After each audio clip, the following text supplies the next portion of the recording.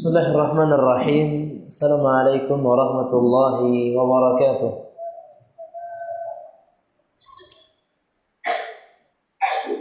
Innal hamdalillah nahmaduhu wa nasta'inuhu wa nastaghfiruh wa na'udzu billahi min shururi anfusina wa sayyiati a'malina may yahdihillahu fahuwal muhtadi wa may yudlil falan tajida lahu waliyyan mursyida. Asyhadu an la ilaha illallah wahdahu la syarika lah wa asyhadu anna Muhammadan abduhu wa rasuluh sallallahu wa sallama alaihi wa ala alihi wa sahbihi wa man tabi'ahum bi ihsanin ila yaumiddin, amma ba'd. Qala Allah jalla wa ala hafidhu ala salawati was salatil wusta wa qumu lillahi qanitin. Allah mengatakan, jagalah oleh kalian salat-salat yang 5 waktu, dan juga jagalah oleh kalian salat pertengahan, yaitu salat asar, dan berdirilah untuk Allah subhanahu wa ta'ala sebagai orang-orang yang tunduk dan khusyuk kepadanya. Kita bersyukur kepada Allah subhanahu wa ta'ala atas limpahan nikmat dan karunia yang Allah berikan, sehingga di malam yang mulia ini kita mampu dan kembali berkumpul membaca, mengkaji salah satu di antara karya daripada salah seorang alim dari ulama, di antara atau pembahasan yang berbicara tentang sesuatu yang terpenting dan yang paling penting bagi seorang muslim untuk diketahui, dan juga nikmat Allah subhanahu wa ta'ala yang tiada tara yang diberikan kepada kita di malam yang mulia ini. Dan Allah subhanahu wa ta'ala juga mengirimkan kepada kita rahmatnya dalam bentuk hujan yang Allah turunkan dari langitnya. Bagaimana Rasul kita sallallahu alaihi wasallam, sebagaimana dikisahkan oleh Anas bin Malik radhiyallahu ta'ala anhu, beliau tatkala melihat awan mulai mendung, justru beliau keluar dari rumah dengan menyingkap sebagian kainnya untuk atau dengan niatan supaya badan beliau atau tubuh serta kulit beliau terkena oleh air yang turun dari Allah Subhanahu wa taala. Bahkan Rasul kita sallallahu alaihi wasallam menjelaskan dan menerangkan kepada para sahabatnya, tatkala hujan turun dan seseorang ingin berwudu, maka lebih baik baginya untuk berwudu dari air hujan tersebut.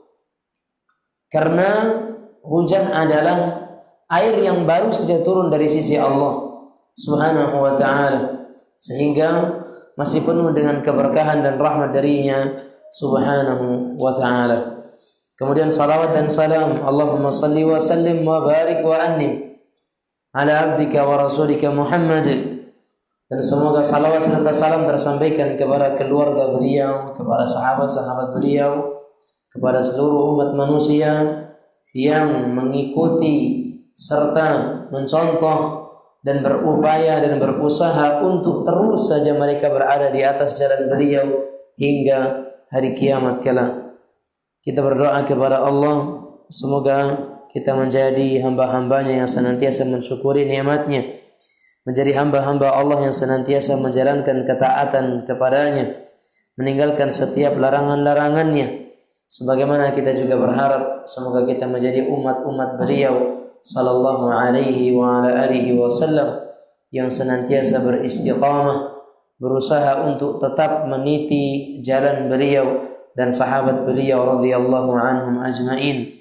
Karena sesungguhnya para sahabat merupakan penerus bagi syariat Nabi sallallahu alaihi wasallam yang darinya kita diperintahkan oleh Nabi sallallahu alaihi wasallam untuk mencontoh dan beragama. Dan semoga Allah Subhanahu wa taala menjadikan kita orang-orang yang juga diwafatkan di atas Islam, di atas iman, dan juga di atas sunnah Nabi alaihi salatu wassalam. Allahumma amin. Kaum muslimin dan muslimat, para hadirin dan hadirat yang dirahmati oleh Allah Jalla wa Ala, kita masih di kitab sifat salat Nabi karangan daripada Imam Al-Albani rahimahullahu taala. Dan di bulan lalu kita telah menyampaikan tentang salatnya orang yang sakit ya. Salatnya orang yang sakit.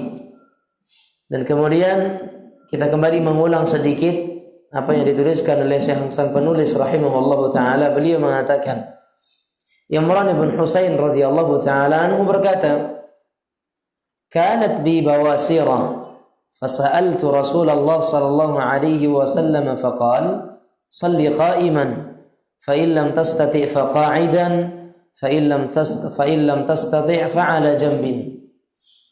Imran bin Husain mengatakan bahwa aku pernah mengidap penyakit bawasir. Bawasir dulu kita sampaikan bahwasanya bawasir itu juga dikenal dengan nawasir, jamak dari basur atau nasur, yaitu sebuah pembesaran kelenjar di bagian atau di sekitar pembuangan.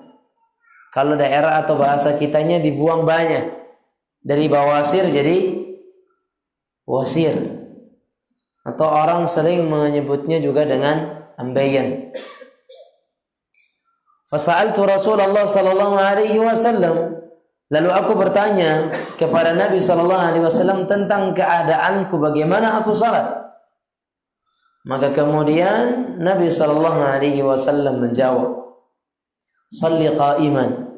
Salatlah dengan berdiri. Fa in lam tastati' fa qa'idan. Kalau engkau tidak mampu berdiri maka salatlah dengan duduk. Wa illam tastati' fa'ala janbin. Kalau juga engkau tidak sanggup salat dengan duduk, maka salatlah sambil berbaring. Hadis ini menjelaskan tentang keringanan bagi umat Islam yang mereka tidak mampu salat dengan keadaan yang sempurna berdiri. Di sini jemaah yang dirahmati oleh Allah, perlu kita sampaikan bahwa salat dengan berdiri adalah rukun bagi salat. Maksudnya salat wajib terutama. Salat wajib ketika seseorang mampu untuk berdiri, kemudian dia tidak mau berdiri, malas, maka salatnya tidak sah. Karena berdiri merupakan salah satu di antara rukun salat. Berbeda dengan salat sunnah. Maka para ulama sepakat bolehnya salat sunnah dengan duduk, sehat ataupun sakit. Salat sunnah para ulama membolehkan, ya, dan dihukumi boleh seseorang yang salat sunnah itu salat dengan duduk, baik dia sehat ataupun sakit. Hanya saja orang yang sehat kemudian salat sunnah dengan keadaan duduk, nisful qa'im, maka dia mendapatkan pahala setengah dari orang yang berdiri. Rugi dong. Rugi. Maka salatlah dengan berdiri. Kemudian ada hadis. Ada hadis dari Ibnu Abbas radhiyallahu taala anhu, bahwasanya Nabi sallallahu alaihi wasallam bersabda, "Yusallil maridu qa'iman, fa in nalathu masyaqqatun shalla jalisan, fa in nalathu masyaqqatun shalla na'iman, yumi'u bi ra'sihi, fa inna lathu masyaqqatun sabbah." Seseorang yang sedang sakit dibolehkan mengerjakan salat sambil berdiri. Jika ia merasa susah dan kepayahan, maka dia mengerjakan sambil duduk. Dan apabila masih merasakan kepayahan untuk duduk, maka salatlah ia dengan keadaan berbaring. Dan kemudian dengan cara dia mengisyaratkan dengan kepalanya ketika berdiri. Dan kemudian ketika dia tidak mampu untuk salat dengan berbaring seperti itu, maka cukuplah dengan dia mengucapkan tasbih atau dengan ucapan saja, tanpa menggerak-gerakkan badan yang mampu dia gerakkan. Ini juga menjelaskan tentang keringanan Islam bagi orang-orang yang mereka tidak mampu salat dengan berdiri.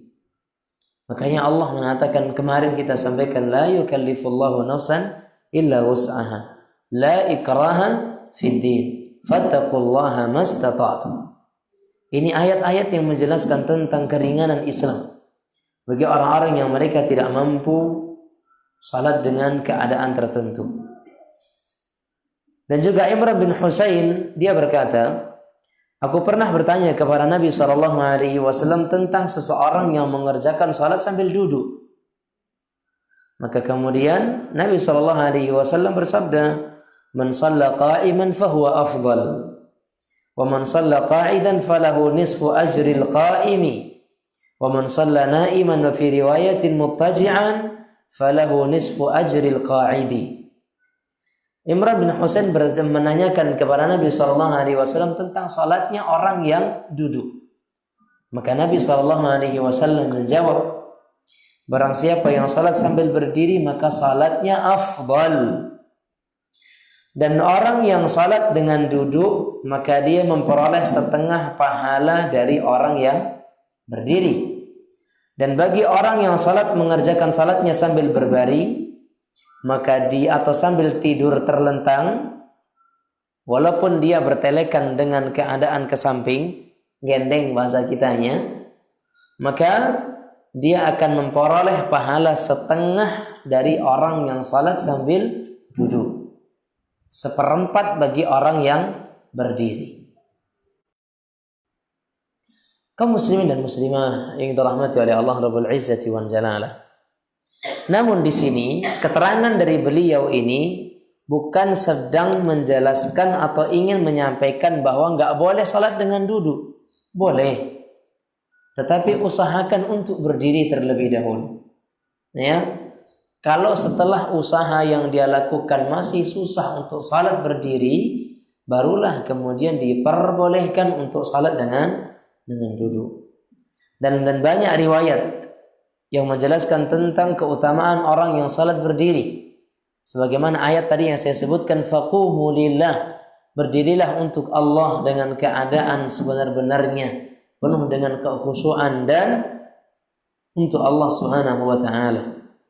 Dalam hadis Anas bin Malik radhiyallahu taala anhu, Rasulullah sallallahu alaihi wasallam menjumpai para sahabat beliau tengah mengerjakan salat sambil duduk karena sakit.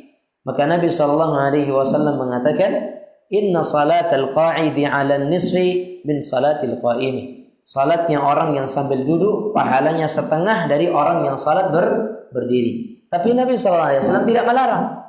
Nabi sallallahu alaihi wasallam tidak melarang, menandakan bolehnya salat sambil duduk, namun pahala orang yang salat sambil duduk tanpa ada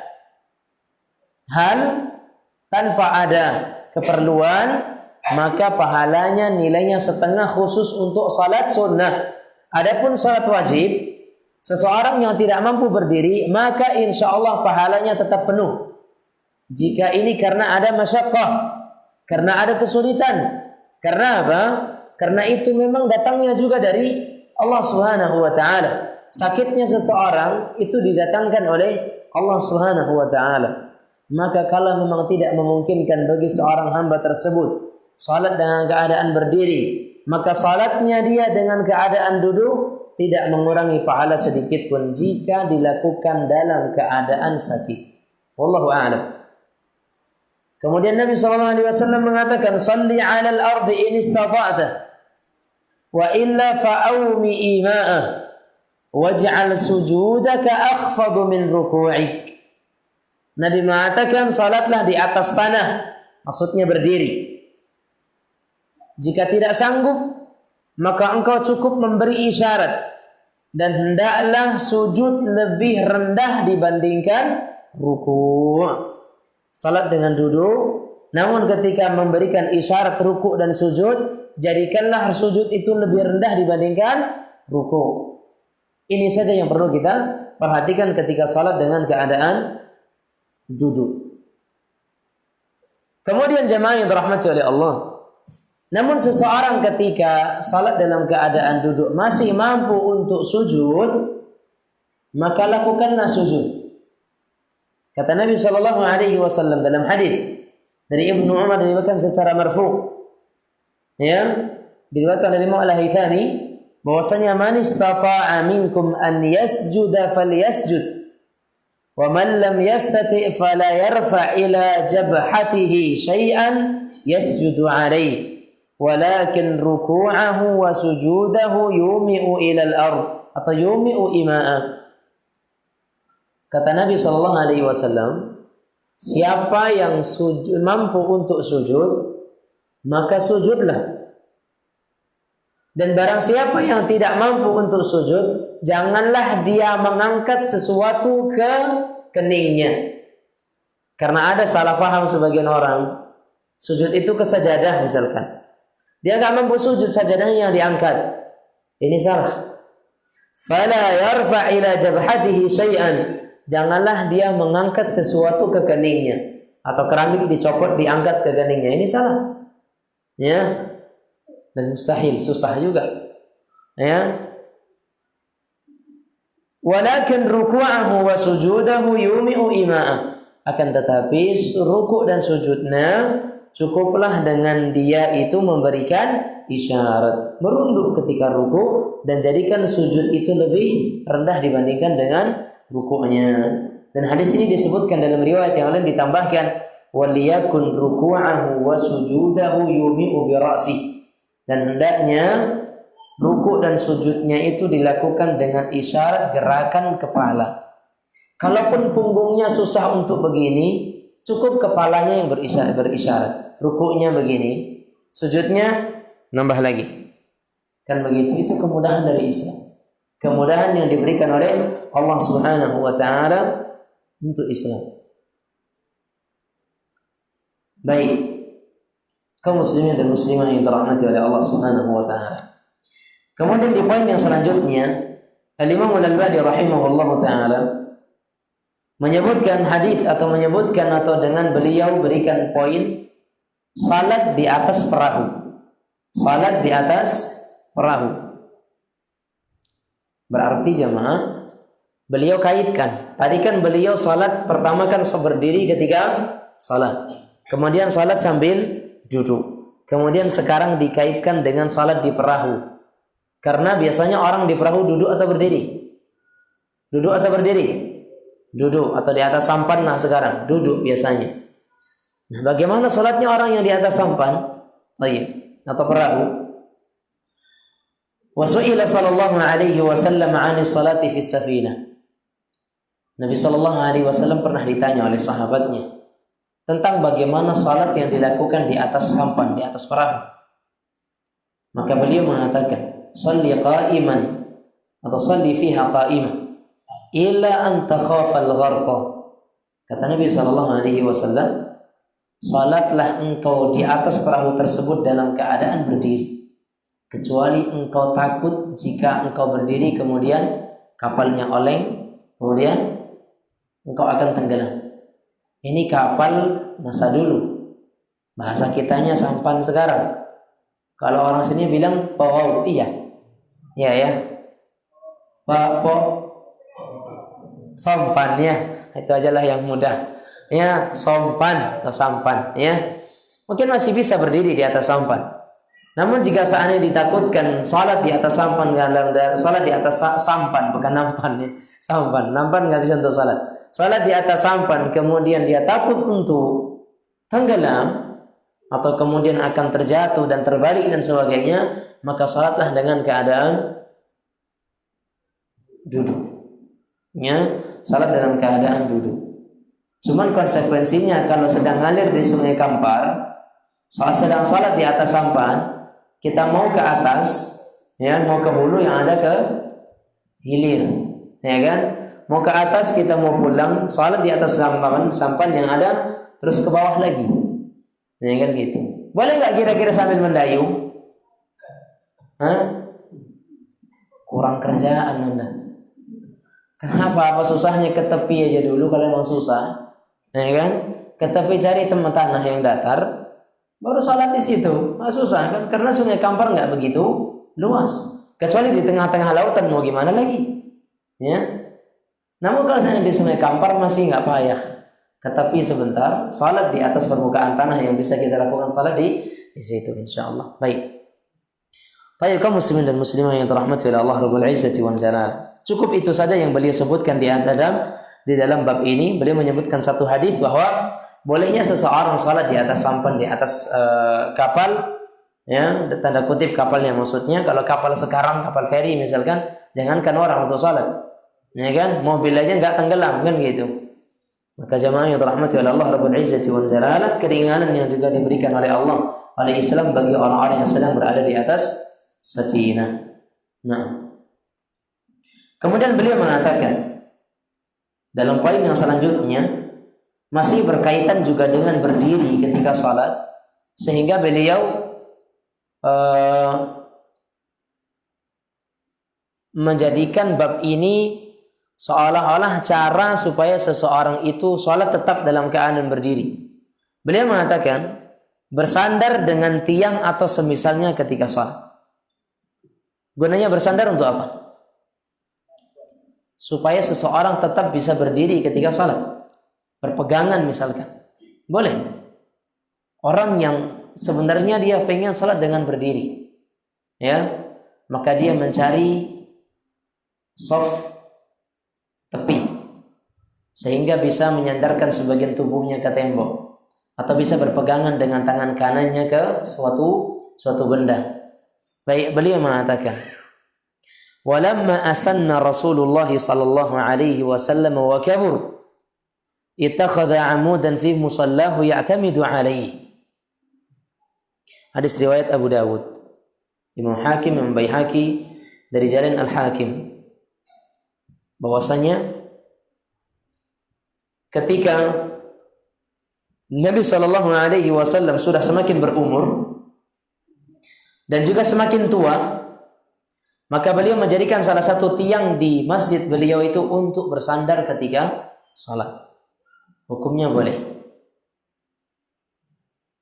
Tetapi yang perlu saya katakan di sini adalah jangan salat di antara tiang. Ya, salat di antara tiang. Kalaupun juga harus dilakukan maka cukup di tengah-tengahnya saja. Ya, cukup satu bagian. Contoh di sini di masjid ini kan seperti itu. Kalaupun seandainya yang di shaf kedua ini harus diisi juga, maka cukup diisi yang tengah saja. Kanan kirinya jangan diisi. Jika seandainya tidak diperlukan maka cukup langsung menuju kepada baris yang ketiga, sehingga tidak ada yang salat di tengah-tengah tiang. Karena apa? Para sahabat menyebutkan bahwasanya kunna nuhina, dulu di zaman Nabi SAW kami dilarang salat di antara dua tiang. Ya, lebih baik salat di emperan masjid dibandingkan kemudian harus terpisah seperti itu. Ya, wallahu a'lam bishawab. Nah, kemudian jamaah yang dirahmati oleh Allah Rabbul Izzati wal Jalalah, dalam riwayat yang lain, ya, bahwasanya daripada Ummu Qais ibn Mihsan, beliau menceritakan kepada Hilal ibn Yasaf bahwasanya anna Rasulullah sallallahu alaihi wasallam lamma asanna wa hamala al-lahma ittakhadha 'amudan fi musallahu ya'tamidu alaihi. Tatkala Nabi sallallahu alaihi wasallam semakin lanjut usia dan semakin tua, bahkan di sini wa hamala al-lahma, semakin membawa daging, maksudnya gemuk, ittakhadha 'amudan fi musallahu ya'tamidu alaihi. Maka Nabi sallallahu alaihi wasallam menjadikan salah satu tiang di musallanya untuk bersandar. Hadis ini sahih sesuai dengan kriteria hadis sahih Al-Bukhari dan Muslim, dan kemudian Imam Az-Zahabi menyetujui hadis tersebut. Dan juga dalam riwayat Al-Baihaqi dari Hajjaj ibn Atha bahwasanya ia berkata, kana ashabu Rasulillah sallallahu alaihi wasallam yattaki'una 'ala al-'asa fi shalah.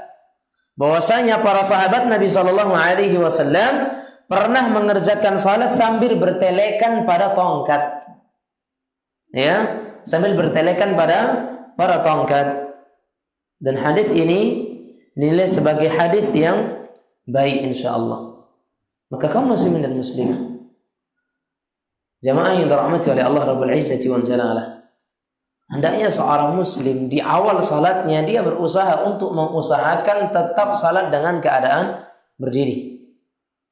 Kecuali memang orang yang sudah berdiri berusaha pegangan kaki masih nggak kuat untuk salat berdiri, maka boleh seketika itu dia mengambil posisi duduk. Tatkala mulai ada tenaga lagi dia coba berdiri lagi, boleh. Ada usaha untuk salat kemudian berdiri, kemudian duduk lagi, berdiri kemudian duduk lagi, boleh. Ya, dengan usaha yang mampu dia kerjakan.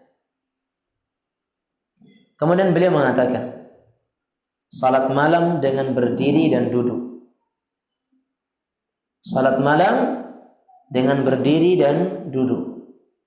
Beliau menyebutkan hadis yang diriwayatkan oleh Imam Muslim, Abu Dawud, An-Nasa'i, At-Tirmidzi, Ibnu Majah, Ibnu Nasr dalam Qiyamul Lail, Imam Tahawi, Al-Baihaqi dan juga Al-Hakim, Imam Ahmad dan juga para ulama-ulama yang lain, para imam-imam hadis yang lain, bahwasanya wa kana sallallahu alaihi wasallam yusalli lailan tawilan qa'iman wa lailan tawilan qa'ida wa kana idza qara'a qa'iman raka'a qa'iman fa idza qara'a qa'idan raka'a qa'ida. Ini jemaah, perhatikan, hadis ini menjelaskan tentang praktek Nabi sallallahu alaihi wasallam yang beliau juga pernah salat dengan duduk di dalam salat lail, salat malam. Bahwasanya hadis ini sampai kepada Aisyah radhiyallahu taala anha, tatkala Abdullah bin Syaqiq Al-Uqaili bertanya kepada Aisyah radhiyallahu taala anha tentang salat malam Nabi sallallahu alaihi wasallam, maka Aisyah mengatakan Nabi sallallahu alaihi wasallam terkadang mengerjakan salat malam dengan berdiri yang sangat lama. Terkadang pula juga mengerjakan salat malam dengan duduk yang lama. Hanya saja kata Aisyah, tatkala beliau berdiri salatnya, maka rukuk beliau juga dalam keadaan berdiri. Maksudnya apa? Beliau tidak memutus salat dalam berdiri beliau itu sampai kemudian beliau menyelesaikan rukuk. Dan kemudian ketika beliau membaca dengan duduk, maka beliau rukuknya juga dengan duduk. Sehingga beliau menyelesaikan seperti apa keadaan beliau membaca ayat di dalam salat malam beliau, dalam keadaan itu juga beliau melakukan rukuk. Wa kana ahyanan yusalli jalisan fayaqra'u wa huwa jalis. Fa idza baqiya min qira'atihi qadra ma yakunu 30-40 ayah qama faqara'a wa huwa qa'iman thumma raka'a wa sajada thumma yasna'u fi rak'ati thaniyati mithla dhalik. Dalam hadis ini diriwayatkan dengan hadis yang cukup berbeda dengan hadis yang pertama tadi. Dan terkadang beliau sallallahu alaihi wasallam mengerjakan salat sambil duduk dan membaca Al-Qur'an sambil duduk. Apabila tersisa kira-kira 30 atau 40 ayat, beliau bangkit berdiri dan menyelesaikan ayat tersebut dengan keadaan berdiri. Berarti di awal mulanya Nabi sallallahu alaihi wasallam salat dalam keadaan duduk, salat malam. Tatkala ayat sudah mulai selesai yang ingin beliau baca di salat malam tersebut, beliau berdiri. Dan beliau selesaikan ayat tersebut dalam keadaan berdiri, kemudian beliau rukuk dan beliau sujud. Boleh atau tidak seperti ini? Berarti boleh. Karena ini adalah praktek Nabi sallallahu alaihi wasallam. Faida baqiyah. Kata-kata faida baqiyah, jika tersisa beberapa ayat daripada bacaan salat malam beliau, maka beliau berubah posisi dari duduk menjadi berdiri dan beliau melanjutkan bacaannya, kemudian beliau rukuk dalam keadaan tersebut. Wallahu a'lam.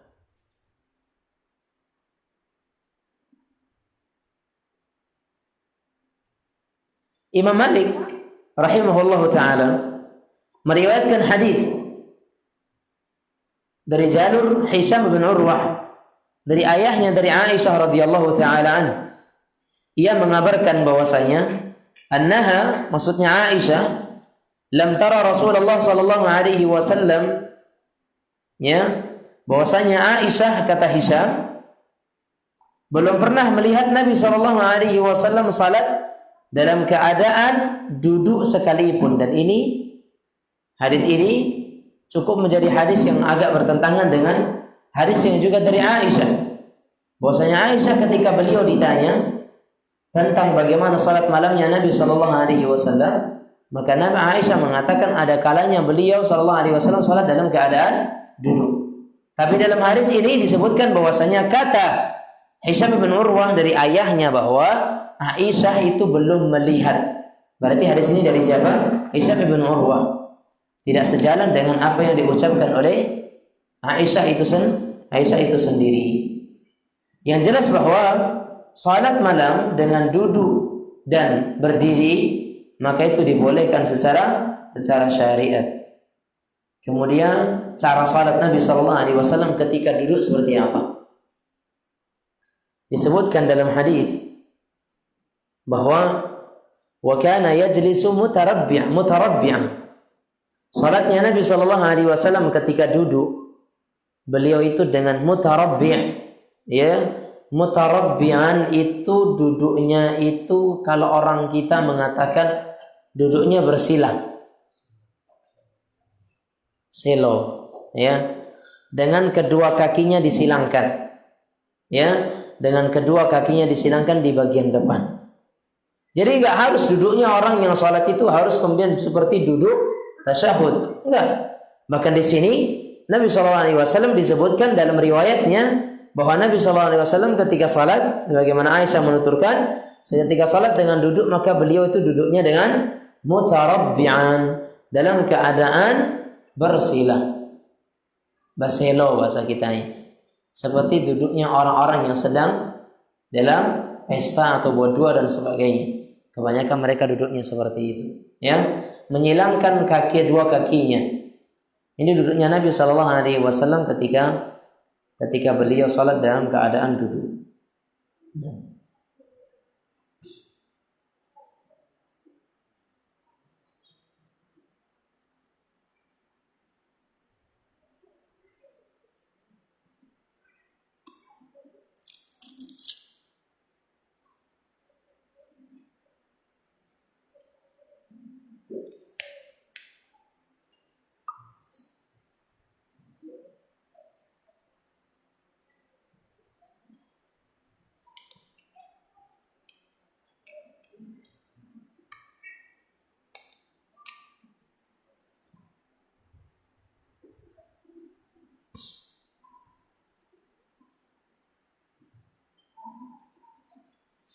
Kemudian poin yang selanjutnya, Al-Imam Al-Albani rahimahullahu taala beliau menyebutkan disunahkan salat dengan mengenakan sandal atau terompa. Kita bacakan hadisnya dulu.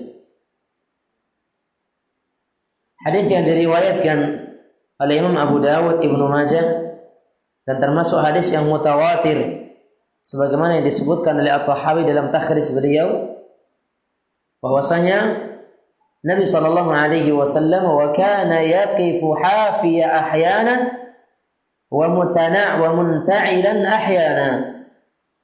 Terkadang Nabi sallallahu alaihi wasallam berdiri mengerjakan salat tanpa alas kaki, hafiyan wa munta'ilan ahyana, dan terkadang beliau mengenakan sandal atau terompa.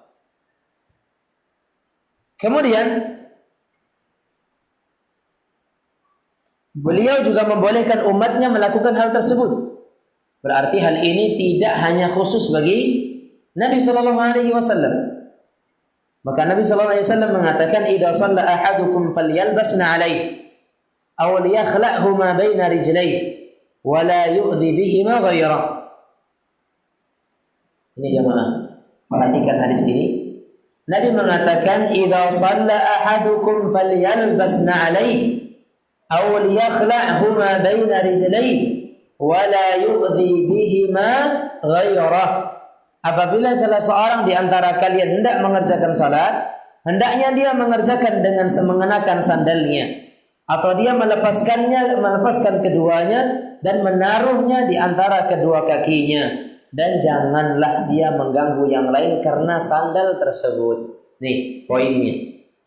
Mau dikenakan sandal itu atau tidak, poin terpenting adalah fala yu'dhi bihima ghairah. Jangan sampai karena sendal tersebut bisa menyakiti dan mengganggu saudaranya. Kemudian kita perhatikan jamaah.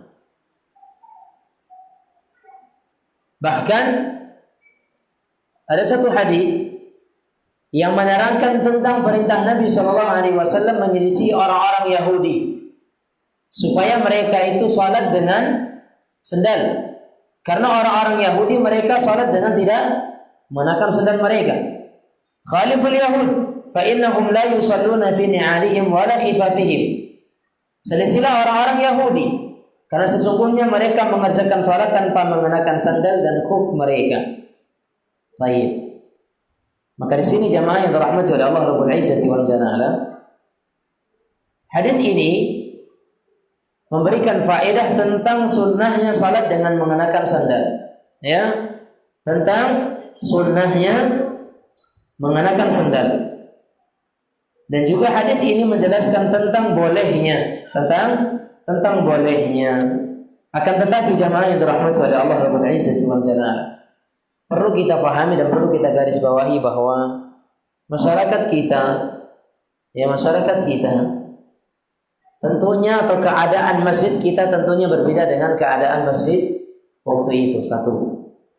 Yang kedua juga waktu itu para sahabat Nabi sudah diberikan contoh oleh Nabi sendiri sebelum Nabi memerintahkan, sehingga itu menjadi hal yang wajar. Karena para sahabat mereka pergi ke masjid. Jadi kalau Nabi SAW melakukan suatu hal, mereka langsung tahu. Ketika Nabi memerintahkan suatu hal juga mereka langsung mendengar. Berbeda dengan keadaan kita sekarang. Orang bolong-bolong. Satu ustaz menyampaikan keadaan seperti ini, yang lain belum dengar. Akhirnya kalau dilakukan oleh sebagian orang, yang satunya akan geger dan sebagainya. Ya kan? Maka ini yang menjadi masalah bagi kita.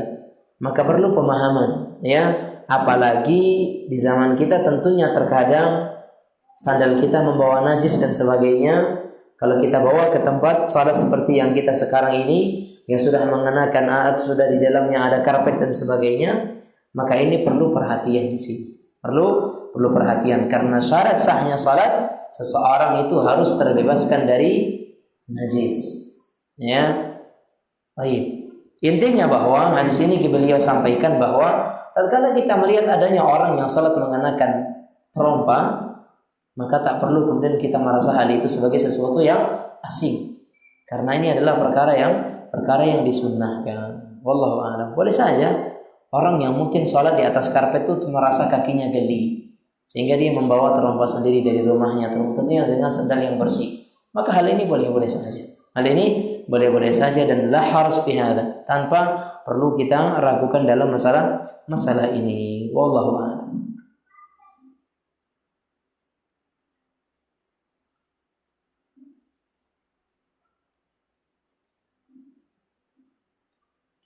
Kemudian salat di atas mimbar juga pernah dilakukan oleh Nabi Shallallahu Alaihi Wasallam.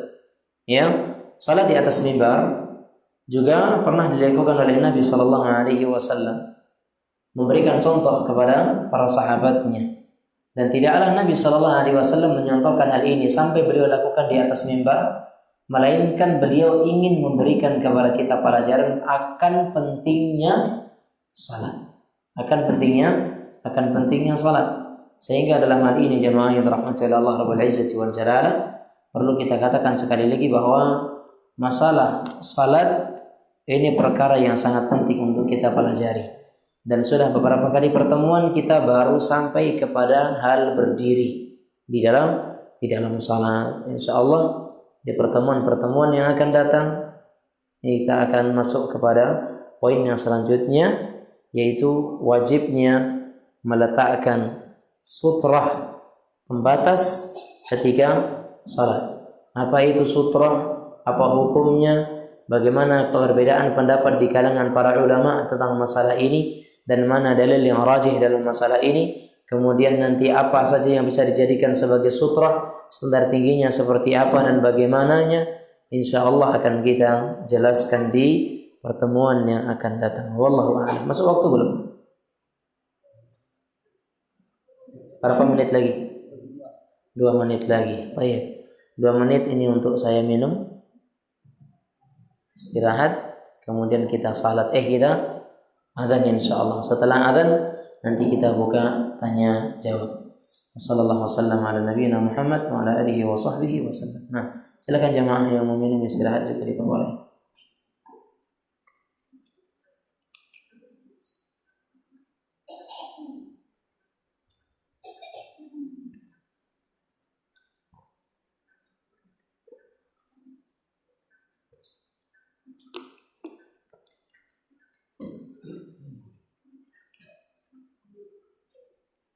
Atau menjelang azan kalau ada yang mau bertanya silakan. Ya. Kalau ada yang mau bertanya, enggak usah payah-payah ya. Mudah-mudah aja.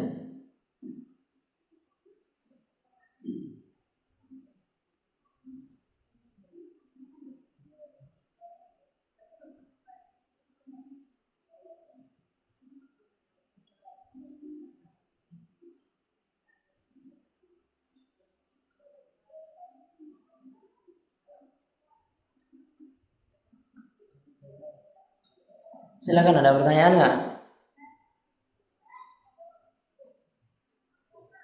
Nggak ada pertanyaan? Kalau nggak ada pertanyaan berarti cukup. Ada? Silakan.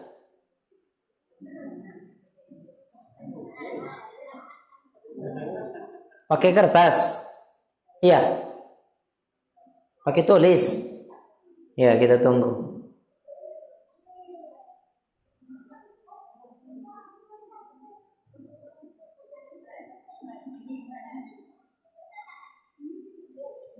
Enggak ada.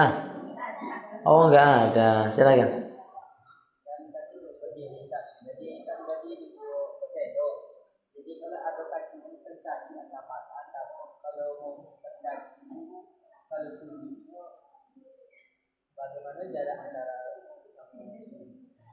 Yang jelas faliyakun sujudaka akhfadhu min ruku'ik.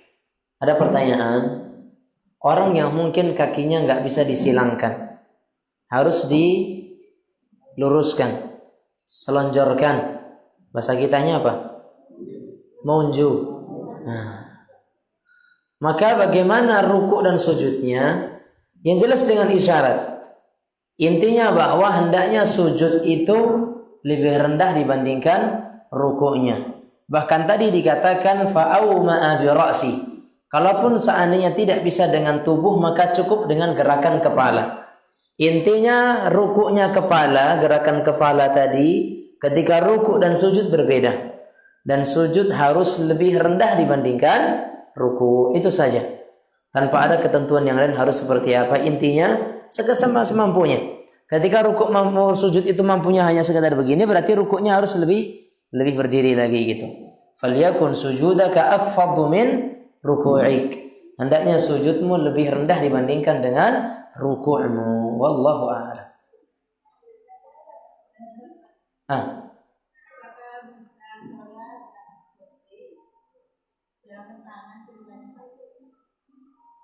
Apakah bisa salat di atas kursi sedangkan kedua tangannya sakit?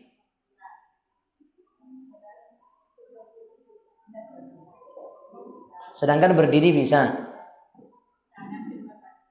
Kedua tangannya yang sakit, sehingga susah bagi dia untuk dari sujud berdiri gitu. Berarti itu darurat. Ada masalah.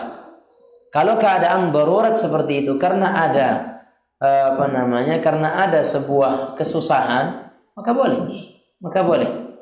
Ya, boleh seperti itu. Salat dengan duduk atau berdiri saja juga boleh. Berdiri saja, maka lakukan rukuk dan sujudnya sesuai dengan kemampuannya. Nah, wallahu.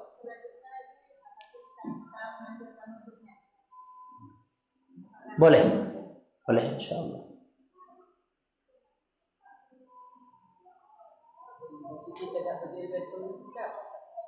Posisi tegak berdiri secara betul. Nah, dulu pernah kita jelaskan tata cara berdiri, ya, bahwa berdiri itu kita sebutkan dulu tentang cara-cara berdiri. Di antaranya posisi berdiri menghadap kiblat, ya, menghadap kiblat.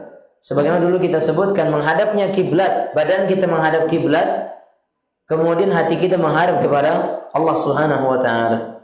Dan kemudian dibuka tidak terlalu renggang, tidak terlalu sempit, dulu kita sebutkan.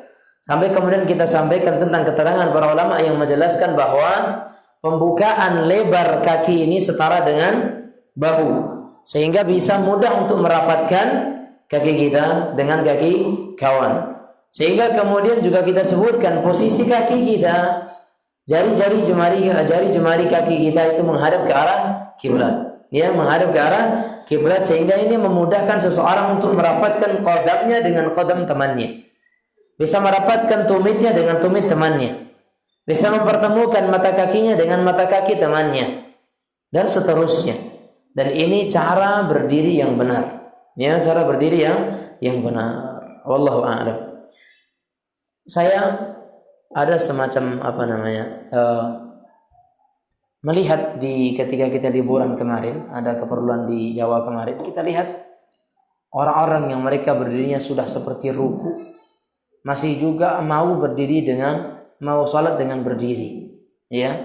Bahkan kalau kalau jalan harus dengan tongkat, terkadang dipapah, tapi salat masih berdiri. Ini orang tua, ya. Ini cukup menampar atau tamparan keras bagi kita orang-orang atau anak-anak muda yang jangankan untuk salat berdiri, untuk sekedar jalan menuju masjid aja masih susah. Maka ini harus kita perbaiki dan harus kita tata hati kita dalam menjaga diri kita kepada Allah Subhanahu wa taala. Wallahu a'lam. Nah, masuk waktu ya, adzan dulu aja.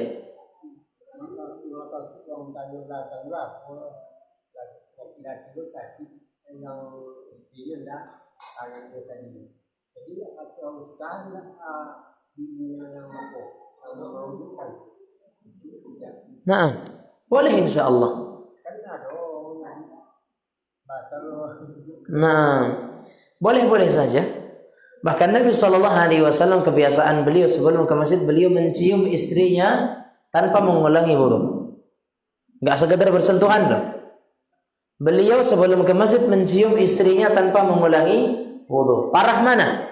Menyentuh istri dengan mencium istri. Ya kan? Ya, kalau dikatakan parah, lebih besar mana antara mencium dengan menyentuh? Mencium kan? Tapi Nabi SAW terbiasa mencium istrinya, ya, tanpa beliau mengulangi wudunya, dan kemudian pergi ke masjid untuk mengerjakan salat, sehingga tidak menjadi masalah insyaallah. Wallahu a'lam. Baik, silakan ada.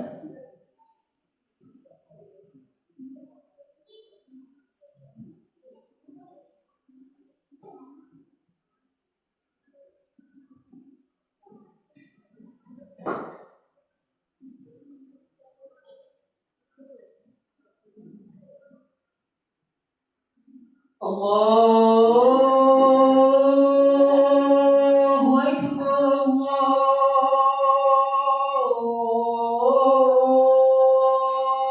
Akbar, Allahu Akbar, Allahu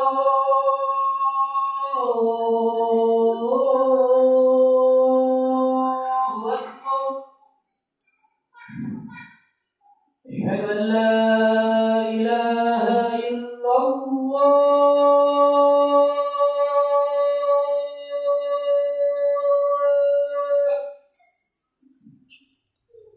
أشهد أن لا إله إلا الله.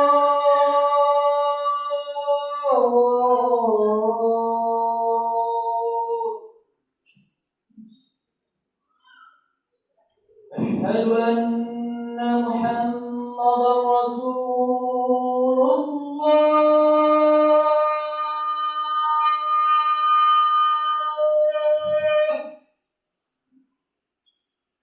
أشهد أن محمدا رسول الله.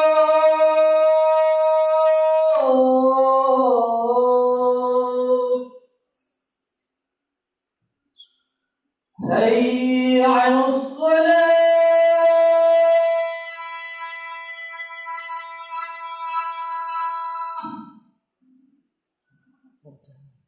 حي على الصلاة.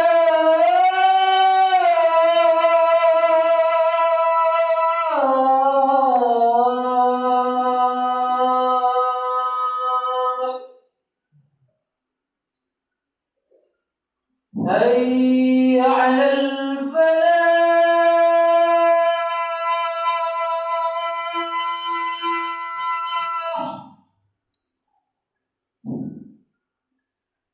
حي على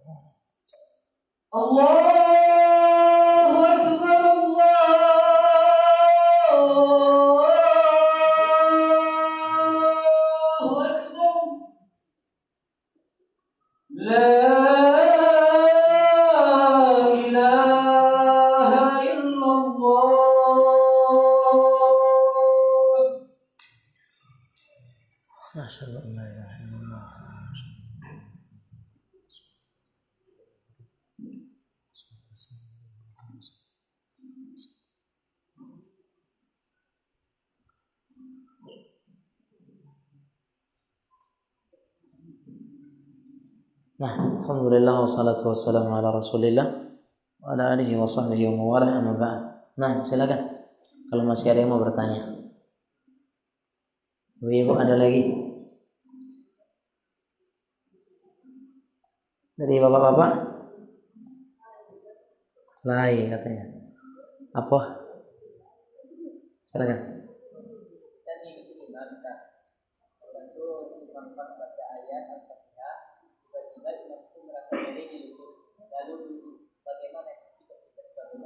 Nah,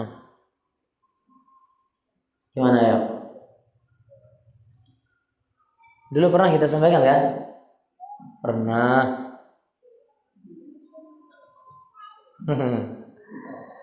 Fa'idha shalla jalisan fasallu julusan ajma'in, kata Nabi. Jika imam itu kemudian dia salat dengan duduk, maka salatlah kalian juga dengan duduk secara keseluruhan. Ini hadisnya kemarin. Dan walaupun ada khilaf di antara ulama kemarin, namun pendapat yang lebih rajih kata beliau dalam kitab ini bahwa beliau merajihkan pendapat salat imam dengan duduk, maka makmum ikut duduk walaupun di pertengahan. Walaupun di pertengahan. Wallahu a'lam bissawab. Nah. Ayo. Silakan.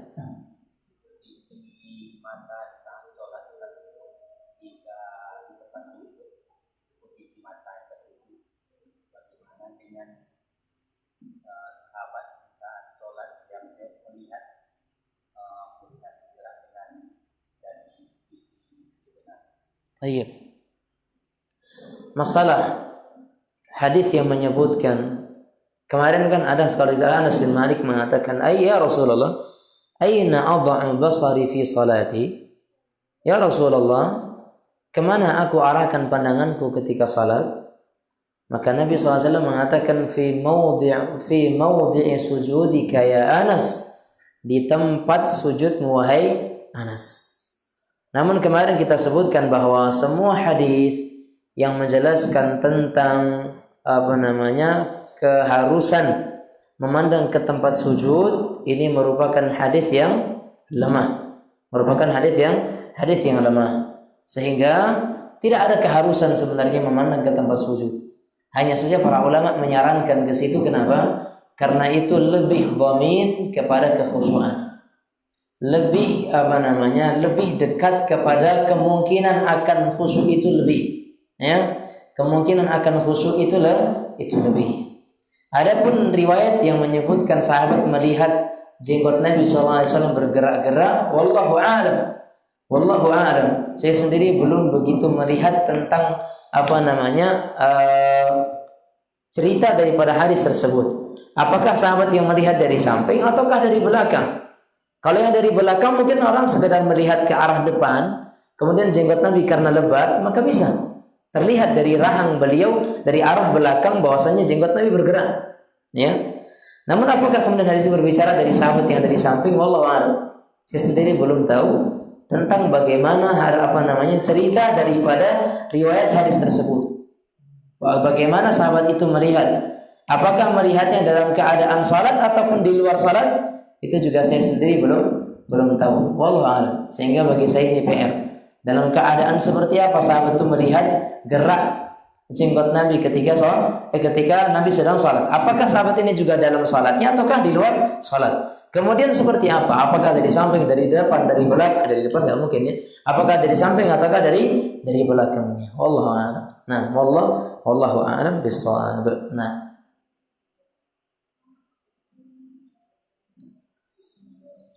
ada. Sudah cukup. Ngantuk semuanya ya. Silakan.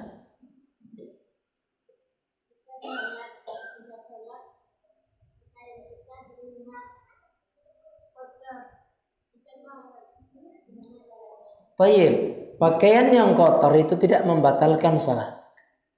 Pakaian yang kotor tidak membatalkan salat. Ya, karena kotor. Bahkan seseorang yang sedang bekerja di tanah lapang atau di tengah-tengah pekerjaannya terdengar waktu salat, maka itu bukan menjadi penghalang untuk dirinya tidak salat. Ya, sekalipun dia sedang motong getah, di pakaiannya ada berlumuran getah yang cukup berbau, tidak menjadi masalah. Tetap dia harus salat walaupun pakaiannya kotor. Kalau memang tidak ada pakaian lain, berarti setidaknya orang yang mau salat memperhatikan keadaannya, dicek dulu ini sudah bersih atau tidak. Kalau memang karena kealpaannya atau karena ketidaktahuannya kotoran itu terlihat baru kemudian ternyata setelah kita selesai salat, maka tidak menjadi masalah. Apalagi yang namanya kotor, debu mungkin atau tanah mungkin, itu tidak menjadi sesuatu yang menjadi salatnya harus dibatalkan. Wallahu a'lam. Baik kaum muslimin dan muslimah yang dirahmati oleh Allah Rabbul Izzati wal Jalalah, mohon maaf jika seandainya terlalu cepat kita sudahi kajian kita, dan kita insyaallah akan lanjutkan di pekan-pekan yang selanjutnya bahas tentang masalah sutrah dan hal-hal yang berkaitan tentang sutrah insyaallah, karena masih banyak masalah sutrah ini orang yang keliru cara pandangnya, cara memahaminya, terutama tentang masalah ukurannya. Ada yang mengatakan cukup dengan garis atau tepi karpet sudah dia katakan sebagai sutrah. Apakah betul ini sudah dikatakan sebagai sutrah? Maka insyaallah akan kita sampaikan di kesempatan-kesempatan yang akan datang insyaallah. Wassallallahu wasallam ala nabiyyina Muhammadin wa ala alihi wa sahbihi wasallam, wa akhiru da'wana alhamdulillahi rabbil alamin. Subhanakallahumma wa bihamdika asyhadu an la ilaha illa anta astaghfiruka wa atubu ilaik. Billahi taufiq wal hidayah. Wassalamualaikum warahmatullahi wabarakatuh.